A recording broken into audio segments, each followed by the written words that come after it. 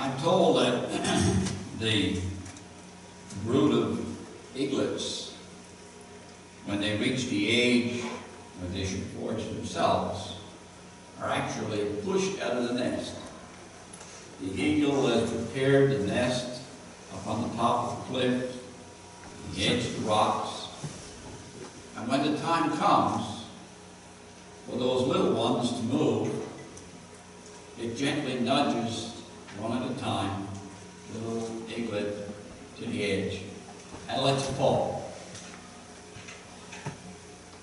And we might think, well, that's kind of cruel,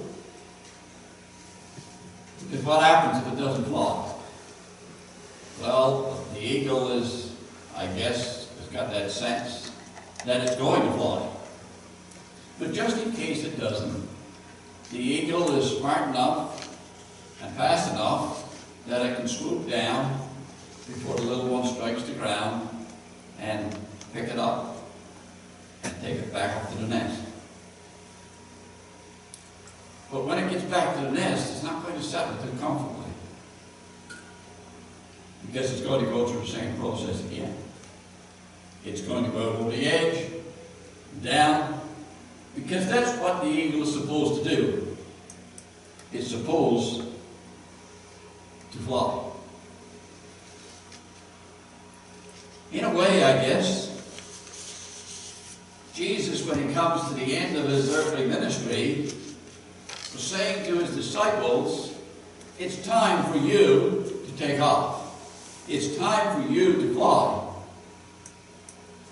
You've had it comfortable now. You've sat down and you've listened and you've taken in all of the things that I've taught you. But in John 16:7, Jesus says, it's best for you that I go away, because if I don't, the advocate won't come. If I do go away, then I will send him to you. And Jesus had previously told them that they should rejoice because he was going away. But human nature being as it is, it's difficult for us to say somebody is going to leave us, somebody is going, as we determine, they're going to die, and we are going to rejoice. Well, the disciples didn't understand. This work of the Holy Spirit was something that was foreign to them. But Jesus taught them a number of things, and so for a few moments we're going to look back at John 16, and we're going to see a few of the things that he says that maybe we can apply to our lives. First of all, the Holy Spirit is to take the place of Christ on earth. The Holy Spirit comes to take the place of Christ. That really is the primary work, if you like, of the Holy Spirit. Jesus going away, there would be a void. And how would that void be filled? And Jesus says to them, I will not leave you as orphans. Well, I'm going to refer to that verse 7 again, John 16, verse 7, the first part of it. It's best that I go away. Because if I don't go, the advocate won't come. The counselor will not come unless I go away. And he's going to come, and he's going to make a difference. Now, as long as Jesus was with the disciples and with the people there in the flesh, he was subject to certain limitations. He was human. He had our form. And therefore, just as we would like to say, well, I'd like to be in that place, but I've got to be in that place. And then the choice becomes, well, which place are you going to be? And so we make decisions every day to say that we're going to be there instead of there. Because we can only be in one place at one time. And when Jesus was in the upper room, he could not be down by the side of the Sea of Galilee. The Holy Spirit comes, and he is not restricted to place. He doesn't have to say, well, I can only be there, I can't be there. The Holy Spirit comes, and because he comes to be within the individual, he can be over on that side of the cove, and he can be on that side of the cove at the same time. And of course, it can be with each one of us, and it can be any place in the world, and all places in the world. And that's one of the things we don't understand about the Holy Spirit, how that can happen. But he becomes Christ in me and in you. Jesus spoke to the people around. He used words, probably a different language than we use, but it was words similar to you and I, corresponding to each other. The Holy Spirit comes, and we don't leave these things here, because he speaks within. But again, he's a representative. He is the representative of Christ to speak to our hearts and to show us and tell us and teach us the way we should live. Jesus came. He lived on the earth. He died. He rose again. He met with his disciples for a few days, and then he ascended into heaven. But the Holy Spirit comes to live within as long as you are alive. To live with you. There's no departure, there's no time when he's not with you. And so, the Holy Spirit comes to take the place of Christ within the individual and to direct an individual. Secondly, let me suggest that the Holy Spirit will convict the world of sin, righteousness, and judgment. In John 16 and verse 8, it tells us just exactly that. He will convict the world of its sin, of God's righteousness, and of the coming judgment. Now we know, we continuously say that Christians should be prepared to witness to the saving power of Jesus and to tell others about the joy of living for him and to tell others that Jesus is alive in me and so I can be the person that Jesus wants me to be. And that's important. But it's the convicting power of the Holy Spirit that uses that testimony. It's the convicting power of the Holy Spirit that speaks to the heart of that sinner and tells them that they're going in the wrong direction. Someone has said that getting a decision by human efforts without the conviction of the Holy Spirit is like picking green oranges. They don't ripen. They get rotten. We need to recognize that the Holy Spirit comes to convict and will convict and convicted. Most of you here this morning, you know that within there's been that conviction, there's been that time within your heart and your life that things are not quite right and I'm not living the way that I should live. And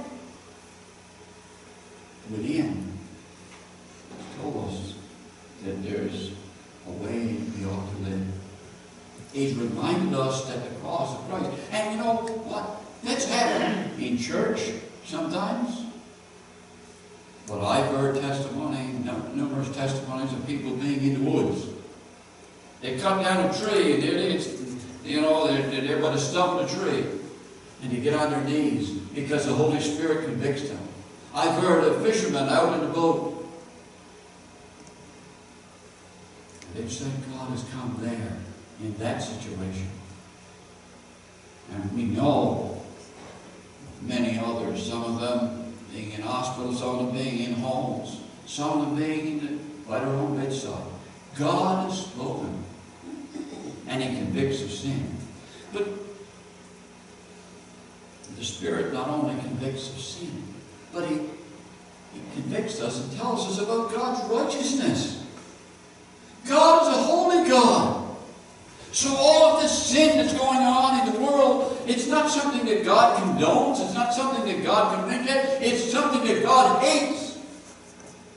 Because God is holy. God is pure. And so He puts in front of us that purity, that standard.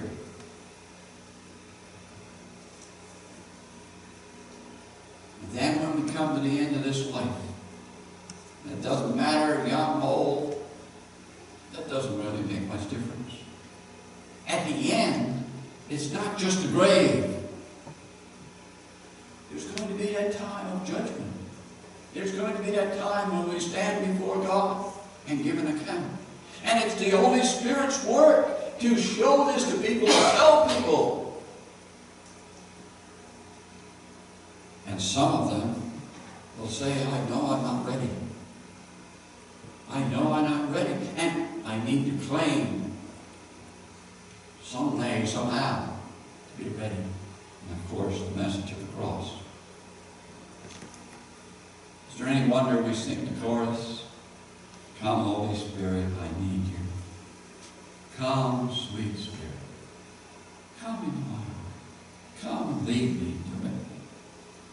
Well, the Holy Spirit takes the place of Christ on the earth, convicts the world of sin, God's righteousness, and judgment. But the Holy Spirit comes as well to guide the believer. And if I could stress this particular point a little bit, when a person becomes a Christian, God doesn't leave them to their own resources.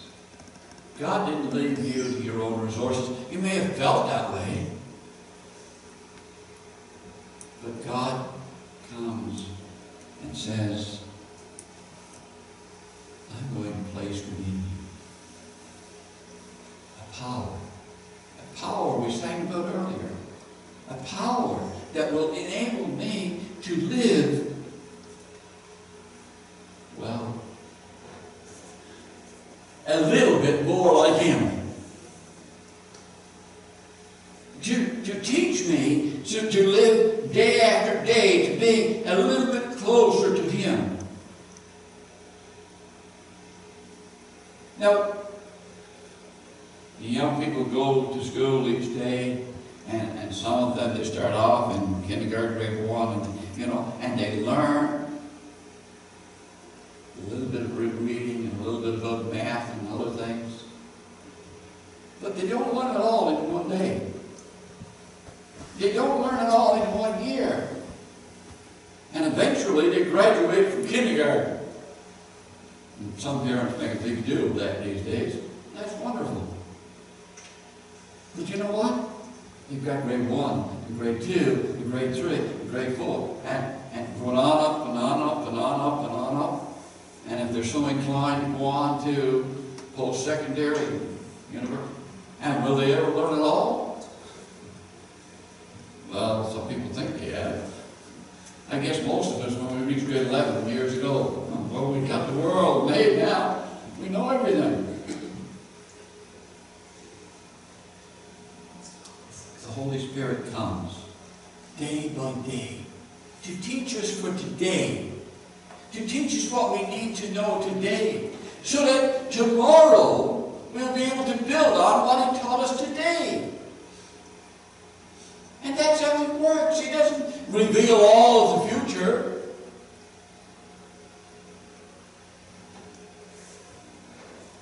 Verse 13, John 16, I read to you earlier. He will guide you into all truth. He will tell you about the future. The Holy Spirit will lead us. Now, He'll lead us along certain paths that we should understand. For example, the Holy Spirit is going to lead us using this little book that He's given us. That's why it's so important for us to spend time with this book. That's why it's so important that you have your little slip that I gave you last week, and if you haven't got one, pick one up on the way out. There's still some out there on the table. A guide to help you to read through the Bible. And so tomorrow, you're supposed to read Isaiah 62, Philippians 2, and Psalms 53, and Proverbs 24. And not all the chapters, but the verses that's indicated there. How important it is for us day after day after day to get into the Word of God, because the Holy Spirit is going to teach us.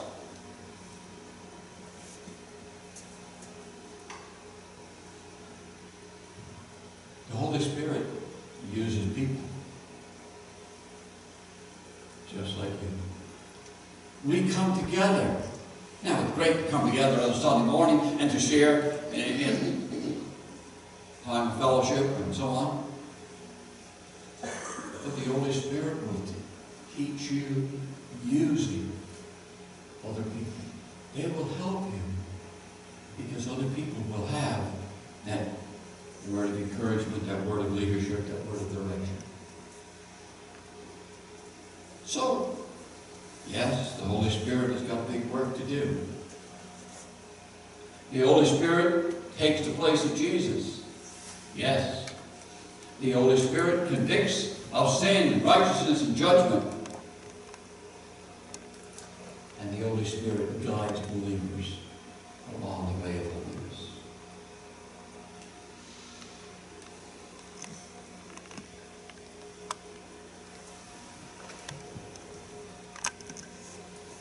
Come, Holy Spirit.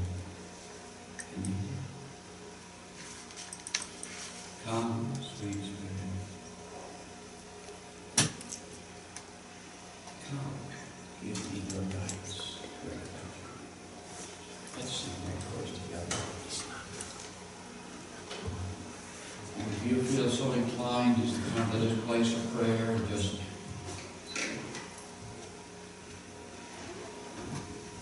ask the Holy Spirit, come, fill your heart, fill your life.